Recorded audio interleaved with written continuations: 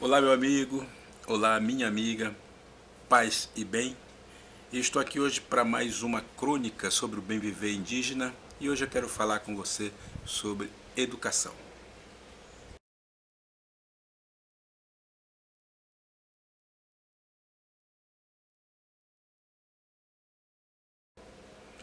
Você certamente já ouviu aquela célebre pergunta que normalmente o adulto faz para a criança: o que você vai ser quando crescer?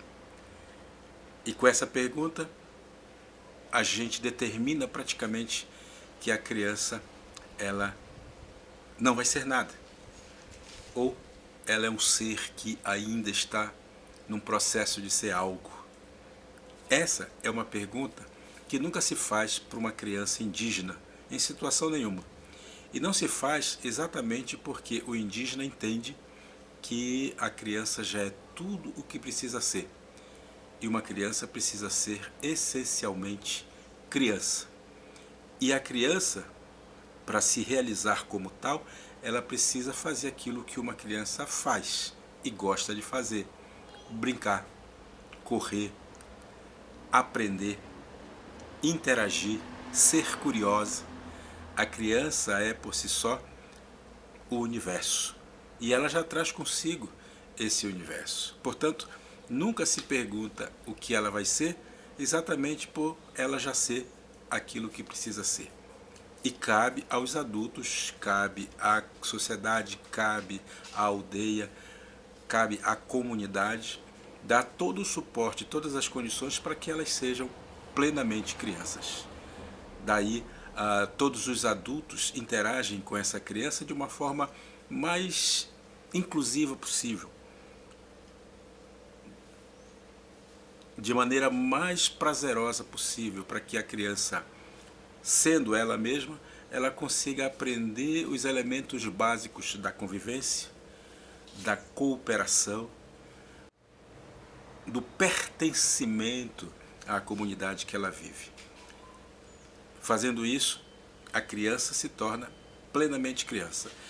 E é importante isso porque tem a ver, esse seria, digamos, um princípio basilar da sociedade indígena, né? que ordena para si mesmo a necessidade de viver plenamente o momento que se vive, de modo que cada fase da vida precisa ser plena para que, tendo vivido essa fase, a criança, o jovem, o adulto, o avô não se arrependa ou não queira um dia ser o que ele não foi, mas tendo sido plenamente o que ele foi, não precisa sofrer e não precisa ficar se debatendo consigo mesmo com as suas frustrações por não ter vivido plenamente a existência. Lembre, e eu já falei isso numa outra reflexão, o povo indígena é um povo do presente, do agora.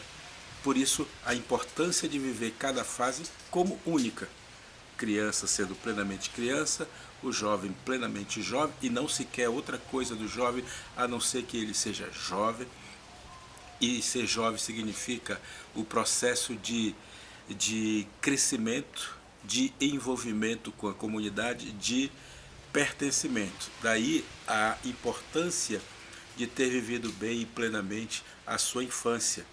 Porque esse jovem adulto, ele não vai sentir falta, não vai sentir saudade daquilo que já foi vivido, porque ele viveu no momento certo o que precisava ser vivido.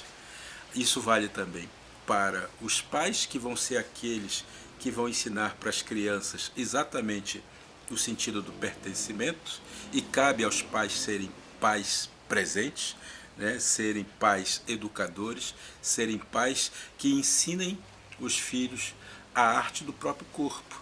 Né? Nós dizemos lá, inclusive, que cabe aos pais educar o corpo. Cabe aos pais ensinar a criança a nadar, a correr, subir na árvore, né, atirar com arco e flecha, fazer pequenas artes materiais e manuais. Né? Mas cabe a um outro, uma outra figura importantíssima na nossa sociedade, que é o avô. Cabe ao avô educar o espírito das crianças. E ele faz isso através das histórias. Portanto, educar para o nosso povo é apresentar todo um caminho que a criança, que o jovem, que o pai, a mãe e que o avô devem seguir para se realizarem plenamente como pessoa. É simples assim. De, e talvez, e só talvez, as pessoas consigam compreender porque que os povos indígenas, eles consideram muito, levam muito em consideração os ritos de passagem. Porque os ritos de passagem, eles são marcadores do tempo.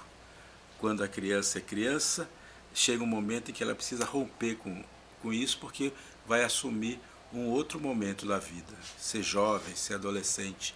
Daqui a pouquinho esse adolescente, jovem, vai passar pelo seu rito de maioridade, o rito de passagem em que vai torná-lo um adulto. Esse adulto, ele vai ter toda uma responsabilidade de ser pai, mãe e educar as crianças para que daqui a pouquinho, quando os seus netos começarem a nascer, ele vai assumir a postura do avô, a postura da avó, que tem que ajudar a criança a não esquecer de onde ela veio, quem ela é e o que ela faz nesse mundo. Essa é a dinâmica da educação indígena. É claro que algumas pessoas às vezes entendem que educar é também ir para a escola. É claro que hoje existe a educação escolar indígena também, e que isso é importante por conta desse contato com a sociedade brasileira, com a aproximação da sociedade. Então é muito importante ter uma educação escolar que ajude a gente a compreender um pouco a complexidade da sociedade em que a gente está inserido, quer queiramos ou não. Mas isso é assunto para uma outra conversa. É isso por hoje, um abraço e até breve.